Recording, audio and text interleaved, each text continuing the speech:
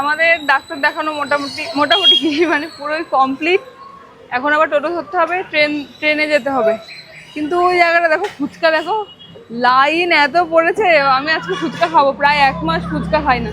আর আমাকে ডাক্তার দেখে আমার পা ফুলে যায়, কোমরে যন্ত্রণা হয়, বলেছে এইগুলো তোকে সহ্য করতে হবে, এর জন্য ওষুধপত্র কিছু দেয়া যাবে না। মানে এগুলো হচ্ছে ন্যাচারাল ব্যাপার, সবার হয়। যাই হোক, আমার সমস্যা সেরকম কিছু নেই। বললো এখন যে বাকি 2 মাস আছে, বেশি বেশি করে খেতে হবে, আমার জন্য ভালো, আমার বাচ্চার জন্য ভালো। এখন আমি যেখান থেকে যে ওষুধটা নিলাম, এখান থেকেই তো ওষুধ যে ভাইটা দেয় আর কি, হিসাব টিসাব করে, ও ভাইটা বলছে দিদি তুমি তো ভিডিওতে দেখি অনেক খাও, কিন্তু সত্যি কথা বলছি আমি, আমার বাড়ির লোক জানে যে আমি কয়টুকু খাই অ্যাকচুয়ালি। ডাক্তার বেশি করে খাবার খেতে বলেছে। মানে আমি সত্যি বলতে বাইরের খাবার এখন খুব একটা খাই না।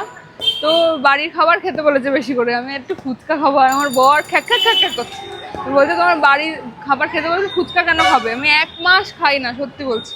ডাক্তারকে শুনেছি খাওয়া যাবে, বলেছে অনেকদিন পরে খেলে অসুবিধা নেই, তো আমি খাবো।